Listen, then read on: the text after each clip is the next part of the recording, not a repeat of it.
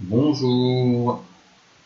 Dans les vidéos précédentes, nous avons vu comment les acteurs en besoin de financement, les acteurs avec une capacité de financement pouvaient se rencontrer sur le marché des fonds prêtables, rencontre qui, comme sur n'importe quel marché, aboutit à la définition d'un prix, le taux d'intérêt. Nous avons vu quels sont les différents facteurs pouvant influencer sur le taux d'intérêt. Nous avons vu aussi, un petit peu plus tôt, comment calculer les capacités de financement des ménages. Maintenant, on va s'intéresser à un autre type d'acteurs économiques, les entreprises. Et pour répondre à la question comment se financent ces entreprises, avant de se rendre sur les marchés des fonds prêtables et de rechercher du coup des fonds de la part d'autres acteurs, il faut quand même se poser la question comment est-ce que les entreprises peuvent s'autofinancer et comment en fait calculer les capacités de financement des entreprises. C'est ce que nous allons voir dans cette vidéo. Allez, c'est parti! En l'occurrence, pour répondre à cette question, on va devoir revenir sur la mesure de la richesse créée par une entreprise. Vous avez normalement déjà vu en fond.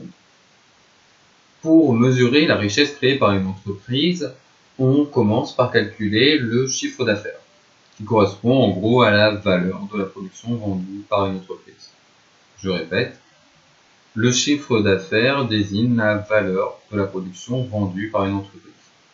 En gros, c'est les recettes gagnées grâce aux ventes avant de payer quoi que ce soit. Et donc, pour calculer le chiffre d'affaires, on va prendre le prix des produits et on va le multiplier par la quantité de produits vendus. Et on obtient ainsi le chiffre d'affaires. Alors évidemment, il faut faire une petite distinction, mais qui ici ne nous intéresse pas trop, entre valeur de la production et valeur de la production vendue.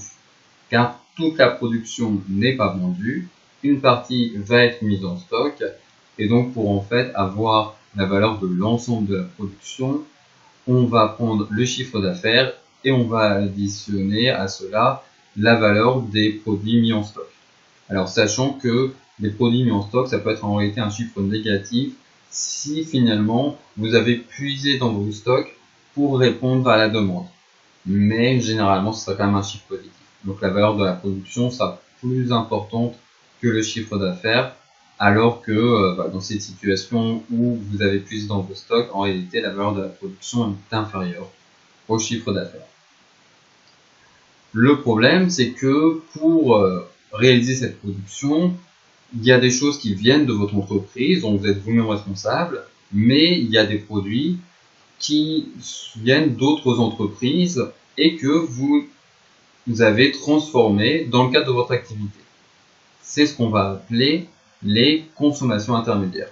Je reviendrai sur cette notion un peu plus tard, mais en gros, on considère que puisque ces produits que vous avez achetés et transformés ou détruits dans le cadre de votre activité, ils viennent d'une autre entreprise, c'est pas de la richesse que vous avez créée, vous, c'est ce que vous avez fait avec ces produits qui correspond à la création de richesse, on va enlever en gros la valeur de ces produits. Et on va ainsi obtenir la valeur ajoutée. Donc la valeur ajoutée, définition, correspond à la richesse créée par une entreprise. Je répète, la valeur ajoutée mesure la richesse créée par une entreprise. Alors là je dis entreprise parce qu'on se concentre sur le cas des entreprises, mais en réalité on peut parler de valeur ajoutée pour toutes les organisations productives, que ce soit les associations ou les administrations publiques, même si en réalité c'est un peu plus compliqué quand on veut mesurer la valeur ajoutée dans le cadre d'une production non marchande, donc typiquement d'une association ou d'administration publique. Mais ça je laisse de côté. Donc pour calculer cette valeur ajoutée, on va tout simplement prendre le chiffre d'affaires. En réalité, on devrait plutôt prendre la valeur de la production. Pour faire simple, on va dire qu'on va prendre le chiffre d'affaires et on va enlever ce qu'on appelle donc les consommations intermédiaires. Et donc si, voilà, maintenant je peux définir les consommations intermédiaires. Si on doit le définir, c'est tout simplement les ressources qui sont détruites ou transformées dans le processus de production.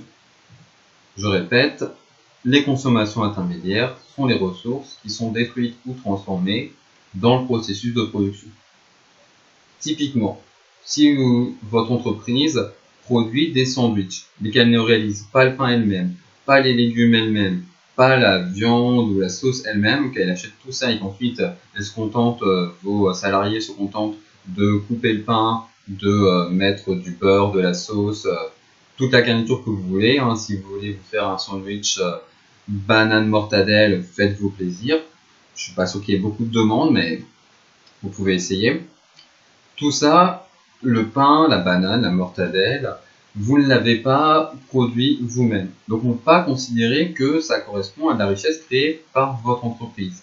Donc on va enlever la valeur du pain, le prix du pain que vous avez acheté, le prix de la mortadelle, des légumes, etc. Et ensuite, ce qui reste, ça correspond à votre valeur ajoutée. En gros, les consommations intermédiaires, c'est tout ce qui n'est pas réutilisable. Ce qui est réutilisable, et notamment sur une durée de plus d'1 an, c'est considéré comme un investissement. Donc par exemple, justement, si vous avez des couteaux, ça, l'achat de couteaux, c'est un investissement. Alors c'est pas un investissement important, mais quand même. Parce que justement, c'est réutilisable. Par contre, en effet, une fois que vous avez coupé une baguette pour faire un sandwich, vous ne pouvez pas réutiliser cette même baguette pour faire un autre sandwich. Ensuite, cette valeur ajoutée, elle doit être partagée entre les différents acteurs ayant participé à cette création de richesse. Donc une partie va aller aux travailleuses et aux travailleurs sous forme de salaire. Une partie va aller à l'État qui a fourni un certain nombre d'institutions et d'infrastructures qui ont permis à l'entreprise de fonctionner correctement. Donc ça, c'est le cas des prélèvements obligatoires. Et ce qui reste, pour l'entreprise et notamment pour les propriétaires de l'entreprise, de façon plus générale pour toutes les personnes qui ont financé l'activité de l'entreprise, c'est ce qu'on appelle l'excédent brut d'exploitation, qui correspond en gros au profit de l'entreprise.